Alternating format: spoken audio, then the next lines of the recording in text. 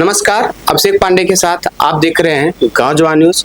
आज हम मौजूद हैं राष्ट्रीय लोक जनशक्ति पार्टी कार्यालय में और हमारे साथ नेताजी मौजूद हैं और आज उनसे हम चर्चा करेंगे आज के परिवेश में जो जनता की परेशानियां हैं और लोगों को क्या दुश्वारियां हो रही हैं और क्या इनका एम लक्ष्य है आगे चलकर राजनीति में, इन सब चीज़ों पे हम चर्चा करते हैं। बहुत बहुत स्वागत है आपका भी स्वागत है हमारे कार्यालय में। ये आज के लोगों की एक जन समस्या है, शिक्षा को लेकर सरकार मर्जिंग का काम कर रही है, इसको कैसे देखते हैं आप? सरकार जो शिक्षा को मर्जिंग कर रही है तो निश्चित रूप से प्राइवेट जो स्तर के कॉलेज हैं उनको लाभ पहुंचाना चाहती है। जो प्राइवेट जितने भी कॉलेज है या जो संस्थाएं उनके चहेतों का है तो ये इनके पास ज़्यादा फीस देकर लोग एडमिशन कराएंगे। जिनकी आर्थिक स्थिति रहेगी वो पढ़ा लेगा।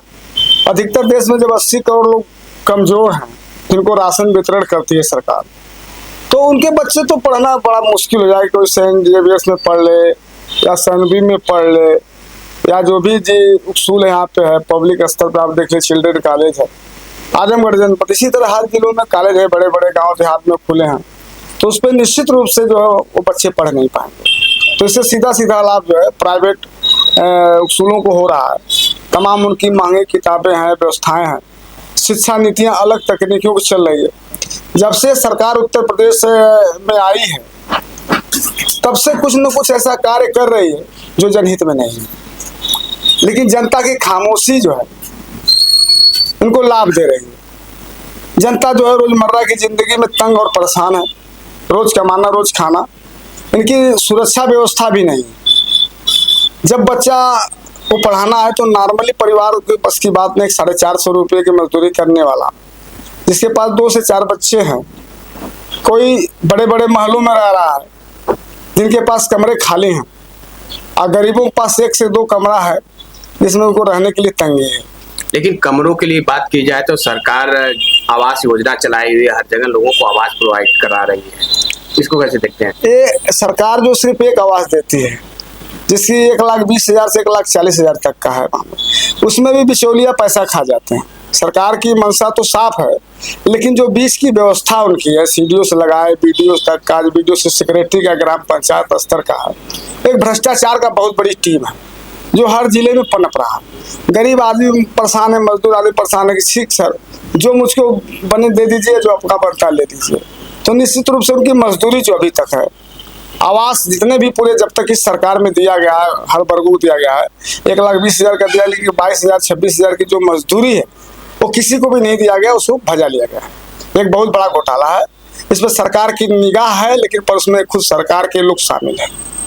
यानी आपका कहने मतलब जो मकान बनाने के लिए मजदूरी आती है उसमें घोटाला सबसे ज्यादा है? जी सर, बहुत ज़्यादा है। बहुत लोगों को जो है मैं बता रहा हूँ कि 99% लोगों को उसकी मजदूरी नहीं मिली।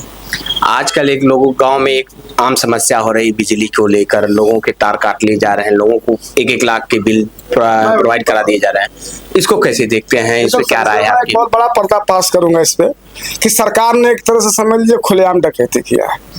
ये जो बिजली का जो मीटर सन 2012 में राजीव गांधी परियोजना में बहन जी की सरकार में लगी थी, उसमें बहुत से जगह खंभे नहीं गड़ पाए थे, बिजली नहीं जा पाई थी और उन लोगों का मीटर लगा दिया गया था। और किसी तरह अपना प्रकार से लोग अपना जीवन यापन डेबरी और मोमबत्ती या लालटेन और नीब की जो कौड़ी से तेल पिलवा कर उसके दिए से काम कर रहे थे। तो कभी 8 घंटा बिजली आती थी, कभी 16 घंटा आई, कभी 12 घंटा आई। लेकिन इस सरकार का जो बढ़िया जो दिमाग देने वाले जो भी IAS अफसर हों, उन्होंने जो दिमाग दिया कि जिनके जिनके घर सबके मीटर हैं उनके नाम तो नोट थे, उसके हिसाब से कोई बिल बना के भेज दिया गया। 1,00,000 रुपया, 50,000 रुपया, 20,000 रुपया। फिर सरकार ने योजना लगाई कि लोग जमा नहीं कर, कुछ लोग को दर बस जमा कर दिए, RC कार्ड दिए, लाल लाल पर्ची सबके यहाँ पहुँचा दी गई। तो अधिकतर उसमें 75% लोगों ने जमा भी किया और कुछ लोगों ने नहीं जमा किया तो RC के बदौलत अमीनों को भेज कर सुलवा लिया गया।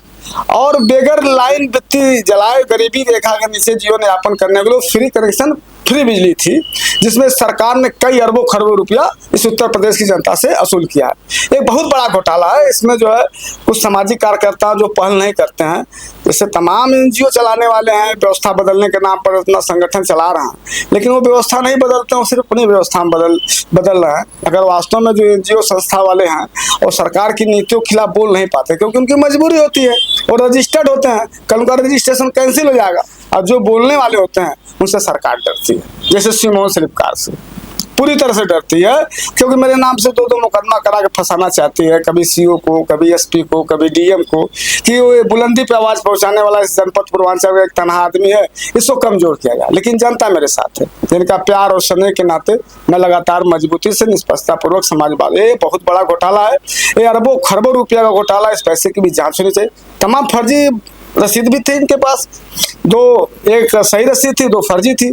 तो जो सही थे जमा कर देते हैं, जो फर्जी हो डूब जाते हैं, बाद में सब क्लोज हो जाता है। बिजली विभाग का जो घोटाला है देश में, आज प्रदेश में, मुझको लगता है आजादी के बाद से ही बहुत बड़ा विभाग घोटालेबाज है।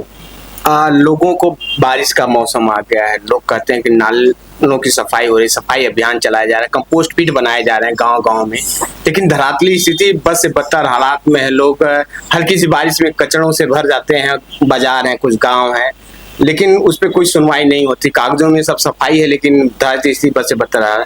कैसे देखते हैं इसको आप? जी सर, मेरे दिल में तो इतना दर्द होता है, वास्तव में इतनी क्रांति लाने को मन करता है, लेकिन ये कलम जो है ना वो रोक कर रखी है।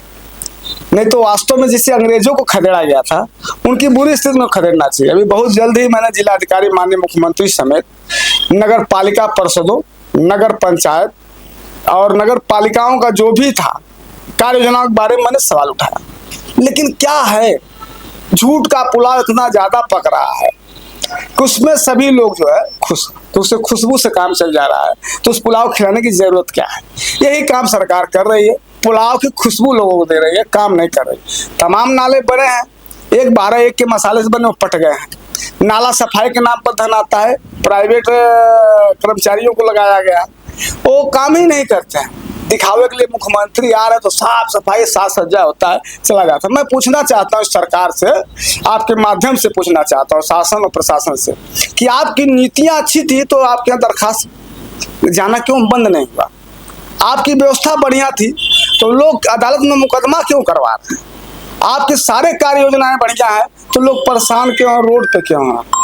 इस बात का जो है बहुत ही गहरा अफसोस है कि इस देश का नौजवान आज मोबाइल में फंस गया, व्हाट्सएप पे बात तो करता है, जमीन पे उतरना नहीं चाह रहा, जिसका भरपूर लाभ जो है सरकार ले रही है।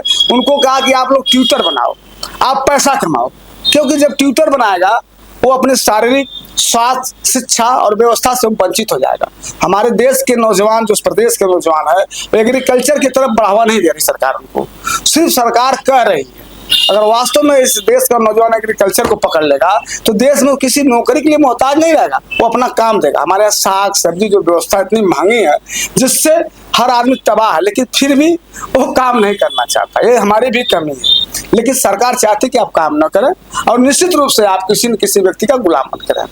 अभी आप चला रहे हैं तो क्या एक समाज को क्या संदेश दें, किस मूड में समाज को काम करना चाहिए जिससे एक अच्छे समाज का निर्माण हो सके और भ्रष्टाचारियों को सबक भी सिखाया जा सके? इसके लिए आप लोग क्या कदम उठाने थे या लोगों को क्या संदेश देना चाहेंगे आप? जैसे भी एक व्यवस्था पर हम बता देना चाहते हैं, जैसे एक मामला जहानागंज थाने का, जैसे सरकार कहती है मैं शासन दुष्ट और चुस्त चला रहा हूँ, बेटी बचाओ बेटी पढ़ाओ।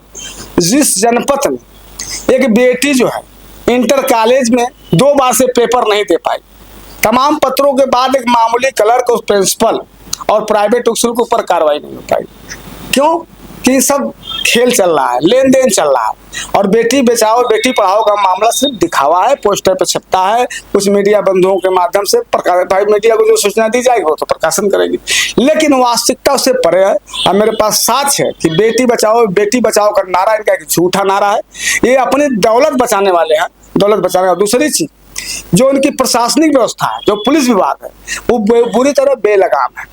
जो भ्रष्ट हैं, जो करप्ट हैं, उनके लिए कार्रवाई नहीं करती, उनके इशारे पर काम करते। जहानागंज के थाना अध्यक्ष ने निर्मम काम किया है, एकदम निंदनीय काम किया है कि दूसरे जनपद में जाना तो उसके एसपी से परमिशन लेना पड़ता है, उस क्षेत्र में जाना है तो उसके गांव के प्रधान को लेना है, उससे घर पहुंचते हैं, उसके पिता को बैठाते हैं, कहते हैं लाना हाजिर करना चाहते हैं, फिर उसी रात को आप उससे घर जाते हैं, उसकी माँ बहन और बेटियों को उठाकर लाते हैं और थाने में 3 दिन घुमाते हैं और बुरी तरह से उसको लिटा कर मारते हैं, पर्दा पीछे कर करके।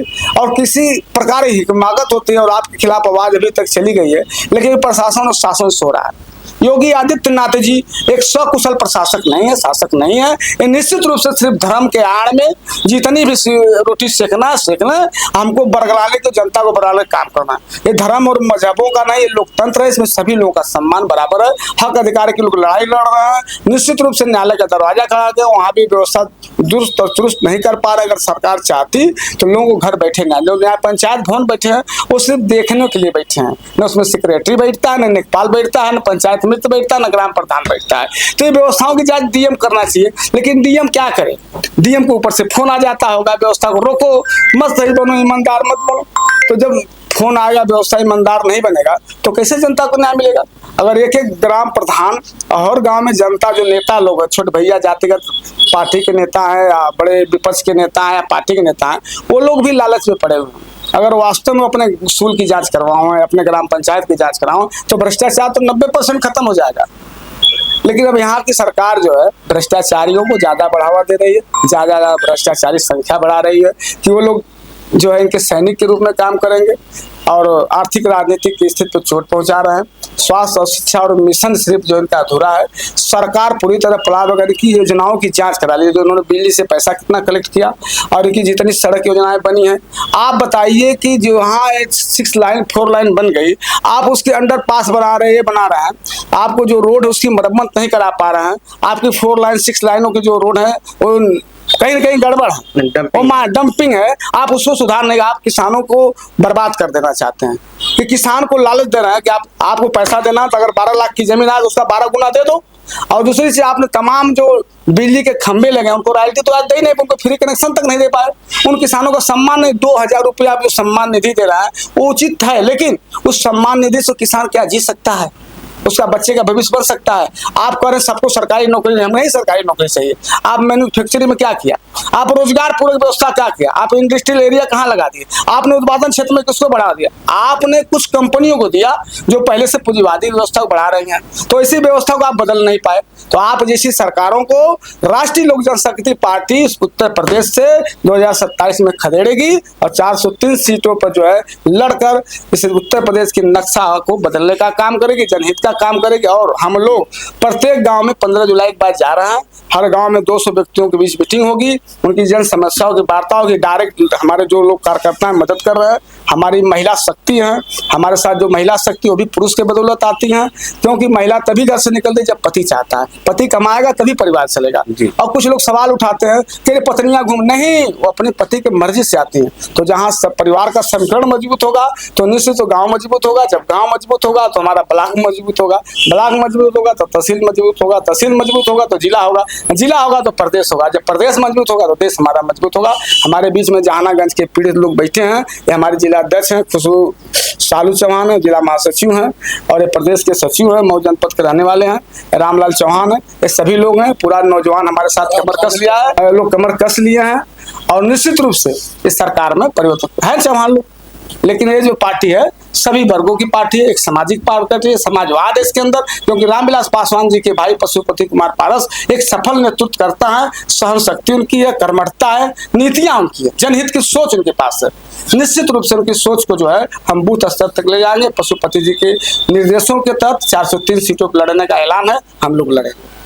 अभी माननीय मोदी जी, योगी जी आ रहे हैं, मुख्यमंत्री जी यहाँ पे आ रहे हैं, सठियाओं के पास कार्यक्रम है बेरमा में, और कर रहे हैं, नहीं बेरमा है, वो किरमा है जी, सॉरी, किरमा के पास आ रहे हैं। लेकिन वहाँ पे वो लोग कह रहे हैं हम पौधरोपण कर रहे हैं। पिछले साल भी उन लोगों ने कहा था हम बहुत करोड़ों तौर पे पेड़ लगाए हैं, लेकिन धरातली स्थिति पर पेड़ दिखाई नहीं देते हैं। इसको कैसे देखते हैं? इसे बताते हैं, जब से सरकार बनी है ना, इसके पहले की पिछली जो सरकार थी वो भी पौधारोपण करती थी, तो कई अरबों खरबों तो खा गई।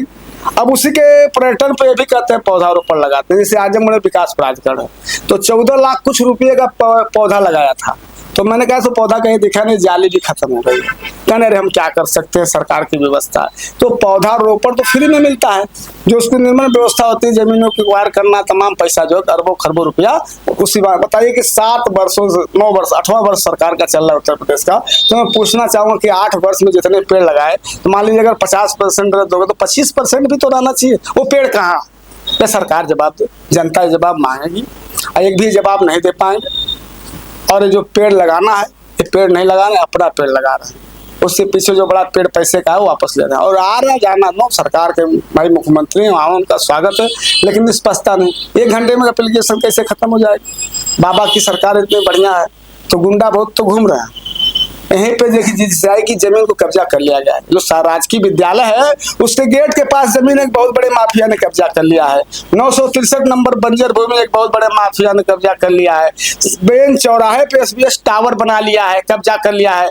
यही गोल्डन फॉर्चून होटल ने सरकार के नालों को कब्जा करके, रोड पे कब्जा करके बना लिया है। तो कहाँ भ्रष्टाचार? वहाँ तो जाते हैं, सलाम करते हैं, वहाँ पानी चाय बढ़िया व्यवस्था मिलता है। ये निगाह पे नहीं जाते क्योंकि लेखपाल डरता है, कानून डरता है, तहसीलदार डरता है मेरा ट्रांसफर हो जाए। नीतियां जब सरकार भरती है तब नैतिकता अधिकारियों के बीच पैदा होती है। यहाँ नीतियां सरकार बिगाड़ती है, इसलिए अधिकारी भी भ्रष्टाचार की तरफ कदम बढ़ाता है।